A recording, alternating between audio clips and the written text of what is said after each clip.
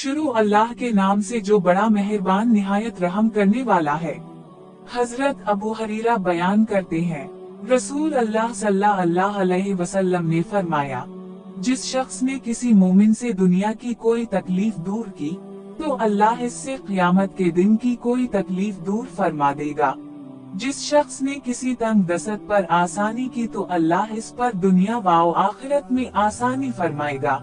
जिसने किसी मुसलमान की ऐब पोशी की, तो अल्लाह इसकी दुनिया व आखिरत में ऐब पोशी फरमाएगा।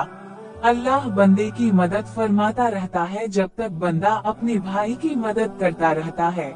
और जिस शख्स ने तलब इल्म के लिए कोई सफर किया, तो अल्लाह इस वजह से इसके लिए राह जन्नत आसान फरमा देता है।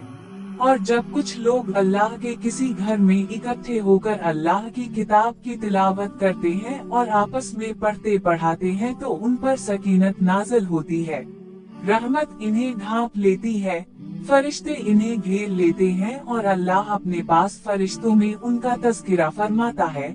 और जिसके अमल ने इसे पीछे कर दिया, तो इसका नसब उसे आगे नहीं बढ़ा सकेगा।